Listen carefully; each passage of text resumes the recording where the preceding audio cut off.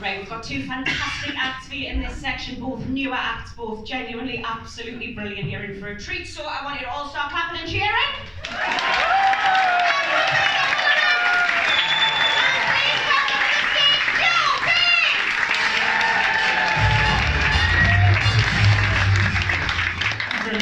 How are you doing? I am Joe Bates. I'm from the northeast of England, but I've actually lived in London for the last 10 years. I'm here now. I actually travelled down to London to make it. I'm really hoping it's a marathon, not a sprint. I originally travelled down to London on the Megabus, but you might notice we don't actually call it the Megabus in Middlesbrough, which is where you definitely know this. We don't call it the Megabus in Middlesbrough, where I come from. Down there we call it the Chariot of Dreams. You know that. What was I going to say? I grew up in quite a religious family in Middlesbrough. I'm not religious though, because I just think the Bible is very of its time. I don't think there's anything in the Bible that couldn't have been made up by someone back then. I think if God actually wanted us to believe in Him, He should have put something in the Bible no one back then could possibly have known about. I honestly think a lot more people would believe in God if the 11th commandment was, don't do ket.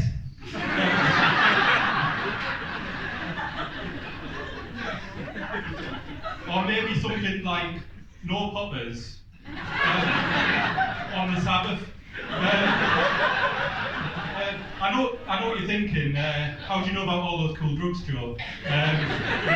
You're clearly 37. I wasn't always 37. In my 20s, I was quite wild. Actually, I was a bit of a raver in my 20s.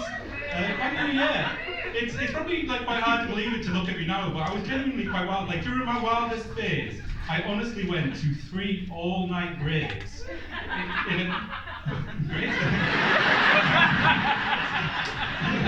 I honestly didn't realise that was the punchline.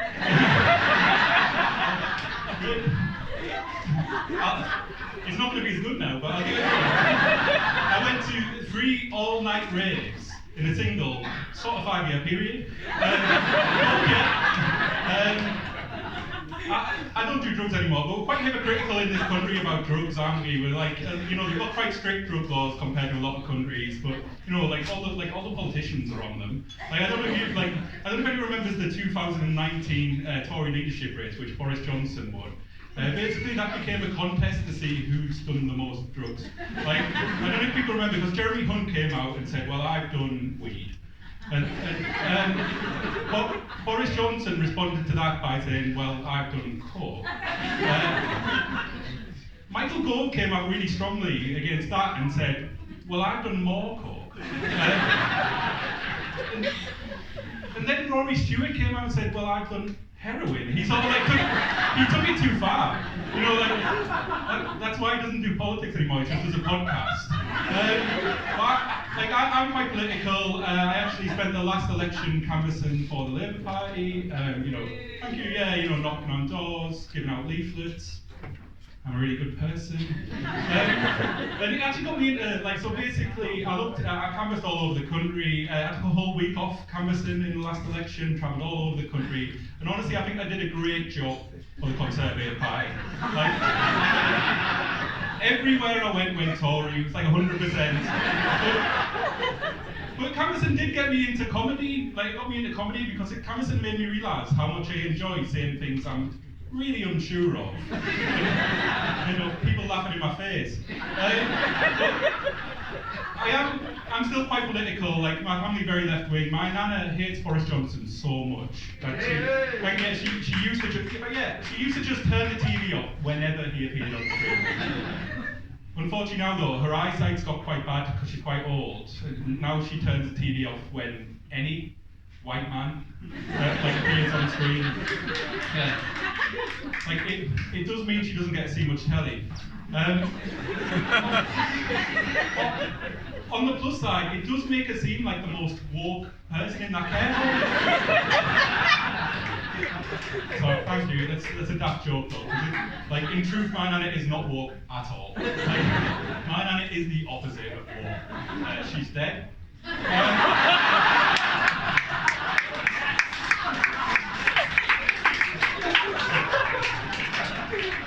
Can't really get much less woke than that. I used to do a lot of political comedy, but it doesn't really work as well now that there's no more home. But it has been a bad couple of years, hasn't it? I've been trying to get myself sorted over the last couple of years, but it's been quite hard. Like in 2020, I said I'm going to try and lose a bit of weight, but then like a lot of people put on weight during lockdown. I found out recently that I put on 2 stone in lockdown. Like I did one of them BMI machines at the gym. Do people know them? You sort of like grip it. I put a pound in and I gripped it and it measured me. And it said, you put on 2 stone. Your BMI is shocking. And also it turns out that I'm 1.5 inches shorter than I've been telling myself I was. Like, that is by far the worst pound that I've ever spent. Like, I honestly think if I'd have put in another pound, it would have said, oh, and also.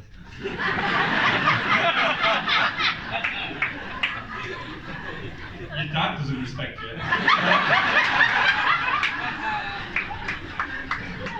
So, in 2021, I tried to give up drinking. I said I'm going to give up alcohol, but a pandemic is not the time to give up alcohol, is it?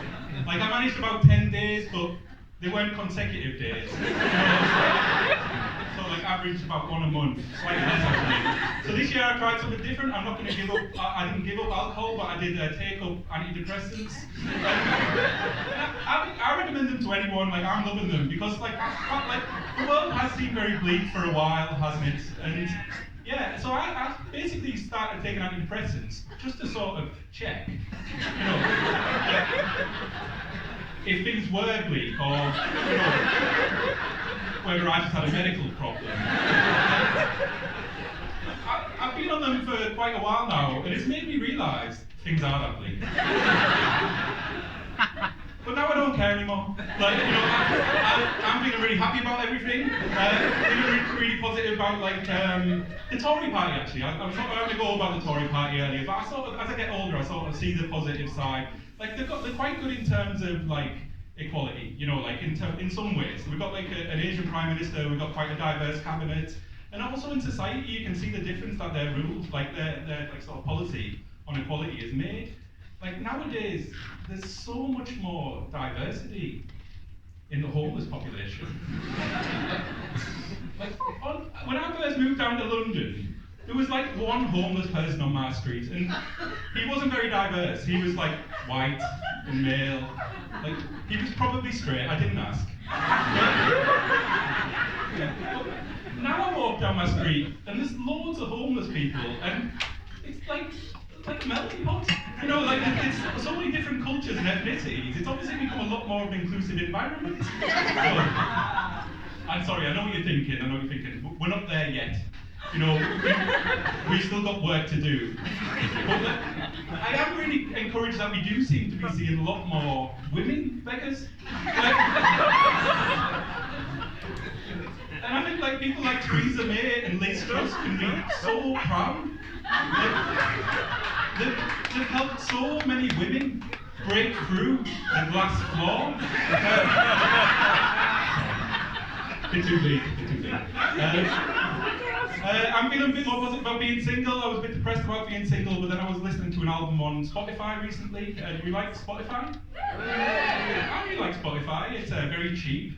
It doesn't pay the musicians very much, which is good.